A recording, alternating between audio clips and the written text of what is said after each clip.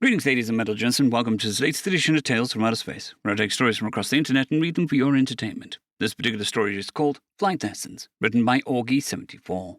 The 803rd Squadron was spoke of in a way the ancients spoke of gods charged with rulership over the afterlife, with whispered reverence and pseudonyms, for fear that speaking their name too loudly would cause them to appear with the attendants death, destruction, screaming, and topography reassessment.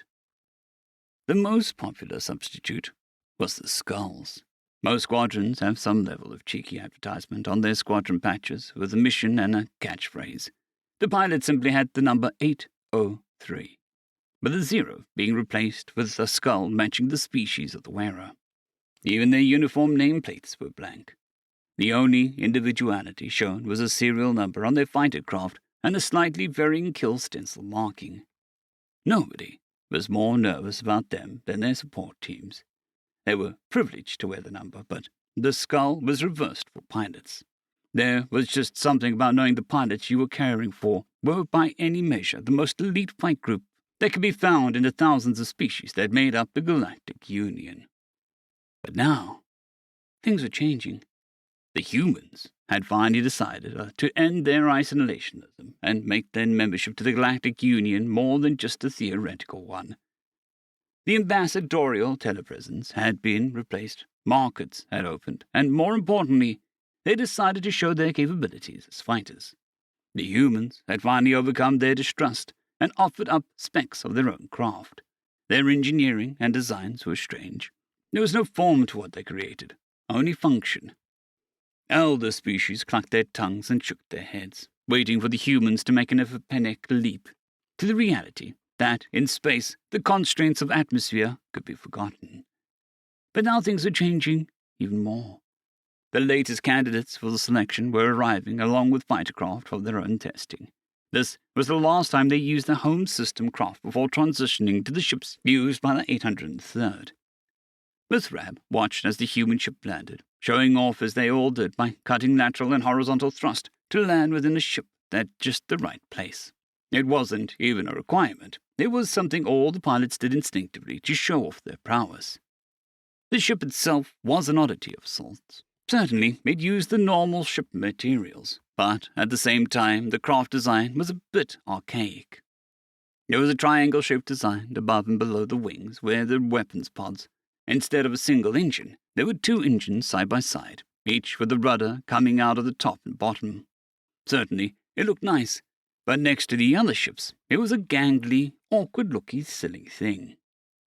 Near the nose was yet another anachronism, a clear canopy which opened slowly to reveal a man, at least Mithrab presumed it was a man, climbing down from a ladder.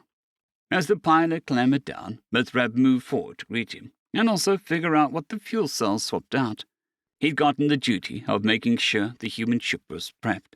He'd also gotten the specs, which were missing some key details. Mithrab looked at the Terran up and down, fight-suited, not exactly a tall member of the species, and per the request, utterly devoid of any insignia or markings. Another oddity crept in as the pilot walked around the craft post-flight, giving it a little pat now and again. Finally finished, the pilot walked over towards Mithrab. The crew chief stared down openly, cocking his head slightly. "Who are you?" The pilot seemed amused as he replied. His standard was excellent, but his accent was off. "Who is but the form following the function of what? And what I am is a man in a helmet." Mithrab frowned. "I can see that." "Of course you can. I'm not questioning your powers of observation. I'm merely remarking on the paradox of asking a man in a helmet joining an anonymous unit who he is." "Oh, right. If you must call me something, I suppose Maverick works as well as anything." Maverick. Mithrab had heard humans had strange names, but this was new. "Is this traditional for your parents to give pilots unusual names?" The human's posture shifted, sort of. "Nickname from your first group, reminding you of a screw-up. I might kind of sort of tried showing off close to formation flying with a shuttle that was carrying a couple admirals. Still better than Iceman. Poor bastard tried to play chicken with Europa. Moon in our system, that's basically ice and liquid death, and lost. Anyway, you need something?" Yes, I was looking over your ship and I can't seem to find the refuel access port. Exercise rules are that everyone needs a full energy load before starting. Maverick gestured as he walked. We don't do the usual cell swap thing, but if you've got a hydrogen line, you can just pop it in here. Right. Mithrav started thinking about how he and the crew were actually going to fuel the thing. But what about the catalyst? The port next to it. Don't worry, we mostly idiot-proofed it. I don't like how mostly sounds. I'm being frank. Well, you know, as soon as you think you have something idiot-proofed, God sends a few better idiots to prove you wrong. Bunks that way, right? Maverick went in the direction before he'd even received confirmation. The next day was the test. All the candidates for testing were going to be pitted against one another in a mock battle. Mithrav exhaled as Maverick took off from the hangar. Getting that thing refueled had been a hideous exercise, and he was glad that he was never going to have to do it again. They were only going to take the top two, and out of the 7 candidates, simple math meant the human was unlikely to win. At least that was the idea. Whatever other faults the craft had, it was frightfully agile. So much so that there was a mid-flight agreement without words that consisted of take the human out after Maverick had downed 2 other candidates without seeming to try. The first had their target lock foiled by what looked to be a mad science experiment that jammed a target lock, and while the pilot had been working through that, Maverick had simply spun his craft and shot the aggressor with a plasma bolt. And the second had been similarly shot down, with the transmission afterwards being full of protest that Maverick had to have been cheating, because there was no lock warning.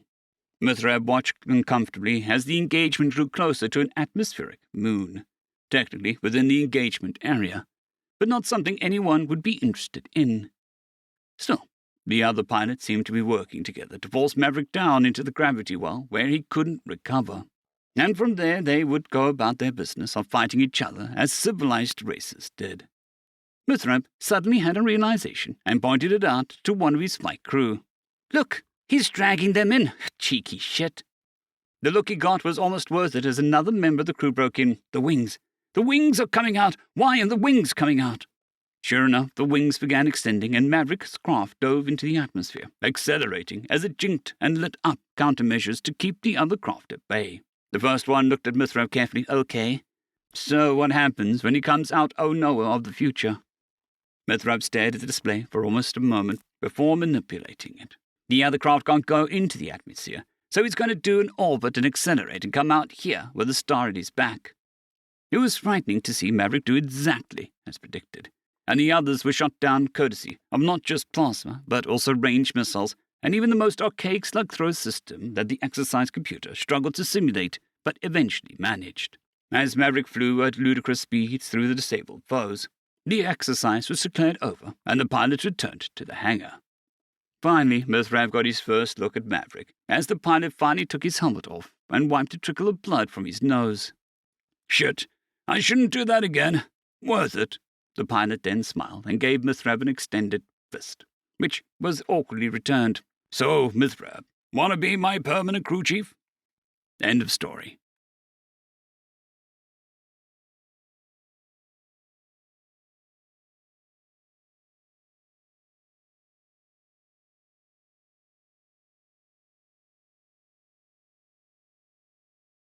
I'd greatly like to thank our Tier 5 channel members, Caspar Arnholtz, John Creighton, Manatharia, 050, Dragzoon WRE, and Elijah Silvercross. Thank you very much.